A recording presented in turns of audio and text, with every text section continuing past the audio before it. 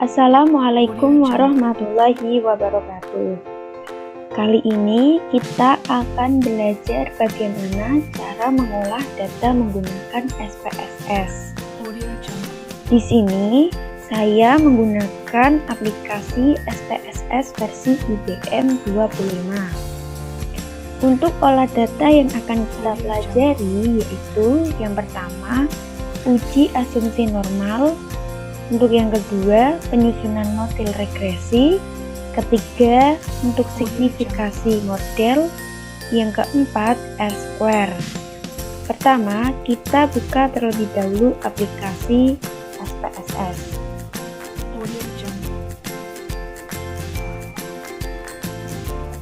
Kita tunggu, ini masih loading. Nah, ini dia IBM versi 25.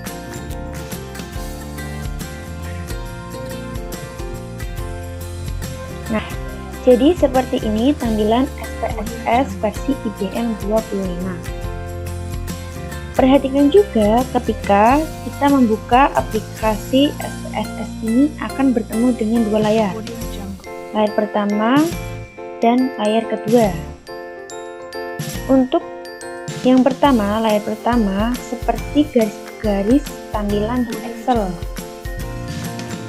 Sedangkan layar kedua seperti lembaran kosong, hanya saja di sini terdapat tulisan output. Untuk maksud dari dua layar ini, layar pertama ini digunakan untuk menginput data atau mengolah data. Sedangkan untuk layar kedua merupakan hasil output layar pertama. Kembali ke layar pertama.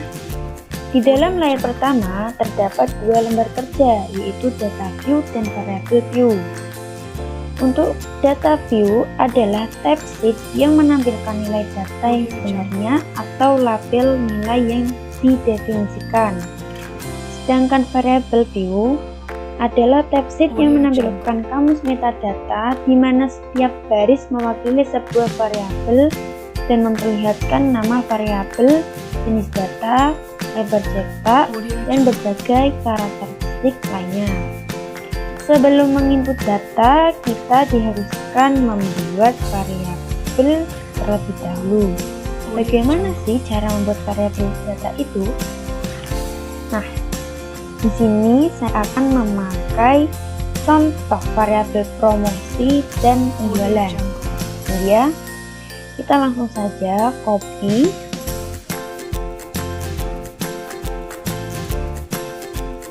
Kemudian kita paste di data view lembar pertama, paste. Nah, di sini terdapat 0,0 ini kan ada, dan di sini saya akan menghapus 0,0-nya. Jadi saya menghapusnya di variable view atau sheet kedua. Untuk nama kita ubah menjadi promosi dan penjualan. Kita ubah dulu promosi penjualan. Seperti ini. Udah. Untuk desimal angkanya kita ubah menjadi 0 ya.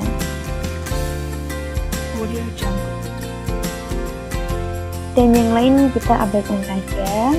Kemudian masuk lagi ke data view. Nah, di sini sudah otomatis berubah menjadi promosi dan kemudian kita lakukan dulu. Langkah pertama untuk melakukan uji normalitas, maka diperlukan data residual. Apa itu data residual? Data residual adalah selisih antara data base dengan data prediksi. Caranya kita klik analyze, kemudian kita pilih regression, klik, kemudian kita klik linear.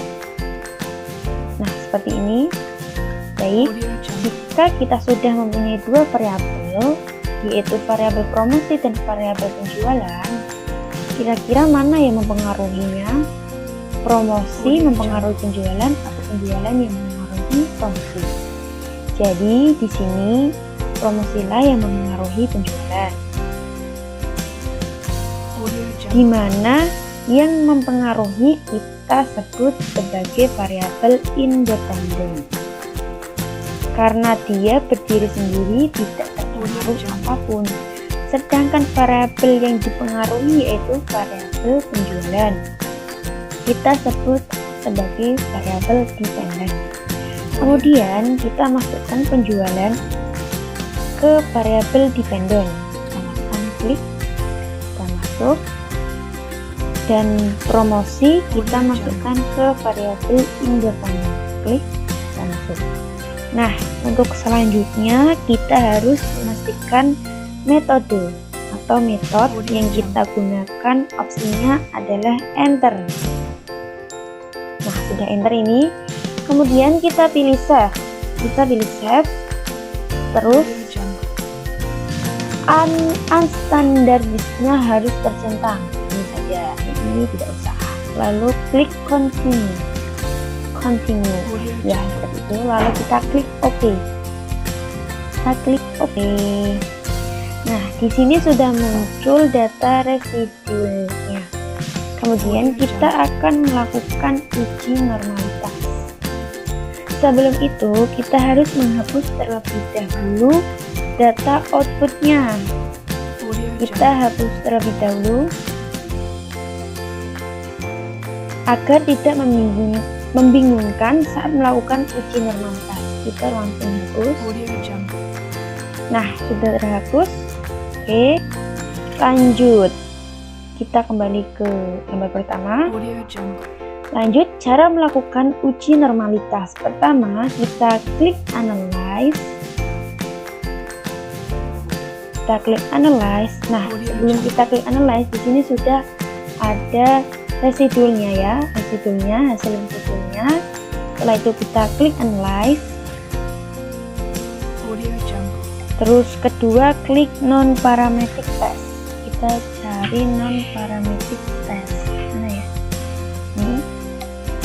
Kemudian ketiga, kita cari legacy dialog.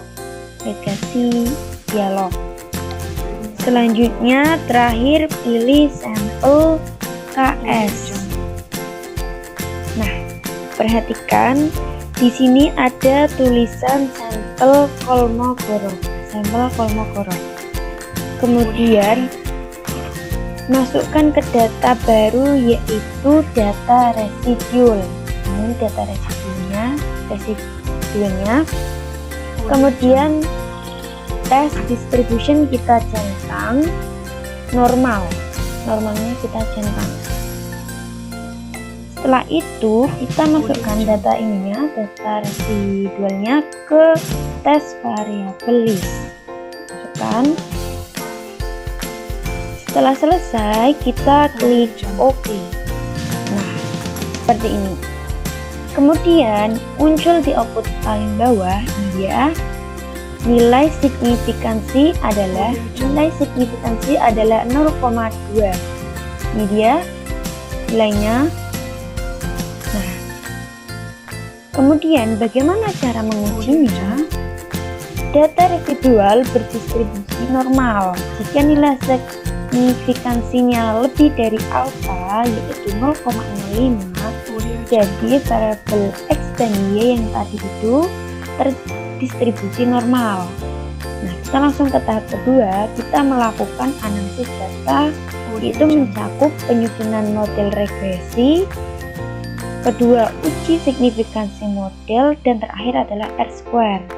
Nah, yang sebelumnya itu kita telah menganalisis data mencakup uji asumsi normal. Caranya seperti apa? Yang pertama, masuk ke aplikasi lagi, ke SPSS. Ini saya sudah masuk. Lalu klik analyze. Kita klik analyze. Kedua yaitu regression. Kita cari regression, klik. Yang terakhir, yang ketiga, kita klik atau pilih linear. Klik linear. Di dalam teks textbox linear regression. Ini adalah textbox linear regression. Ini dia. Pastikan metodenya enter. Kita klik enter, lalu klik statistik, kita klik. Kemudian di bagian estimates dan model fit sudah tercentang, sudah ya, sudah semua. Dan yang lain kita abaikan saja. Kemudian klik continue. Kemudian klik save, pastikan klik save, pastikan unstandardized-nya tidak tercentang ya, tidak tercentang. Kemudian klik continue, yang lain kita abaikan saja, kita klik continue.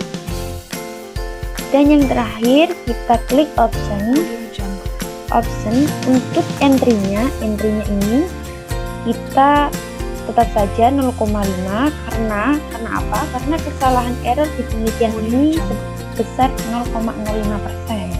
Selebihnya kita abaikan saja, klik continue. Sudah semua, lalu kita klik OK. Nah, seperti ini. Nah, di sini sudah keluar hasil output variabel, data promosi, dan penjualan. Di sini terdapat 4 tabel. Untuk tabel yang pertama, ini dia, berjudul variabel entered atau remove. Ini dia, variabel entered atau remove. Untuk tabel ini kita abaikan saja, kemudian kita langsung ke tabel kedua. Tabel kedua berjudul model summary. Tabel ini digunakan untuk R-square lah. Dan nilai R-square-nya ini adalah nilai R-square. Dan lanjut kita ke tabel ketiga. Tabel ketiga ini berjudul ANOVA. Tabel ini digunakan untuk uji signifikansi model. Ini nilai dari signifikansi modelnya. Ini dia 0,0, perhatikan. Kemudian untuk tabel yang terakhir, tabel keempat berjudul koefisien. Tabel ini digunakan untuk penyusunan model regresi. Yaitu nilainya dari unstandardized B. Ini adalah konstan dan promosi. Konstannya segini dan promosinya segini. Nah, untuk ketiga tabel yang kita gunakan dari tabel model summary, tabel pertama, yang kedua yaitu tabel angka, dan tabel ketiga yaitu koefisien. Tabel yang kita gunakan tersebut yaitu untuk pengolahan data regresi. Oke, segitu saja. Semoga bisa membantu dan bisa dipahami. Terima kasih sudah menonton video ini. Jangan lupa like dan subscribe akun YouTube channel ini. Wassalamualaikum warahmatullahi wabarakatuh.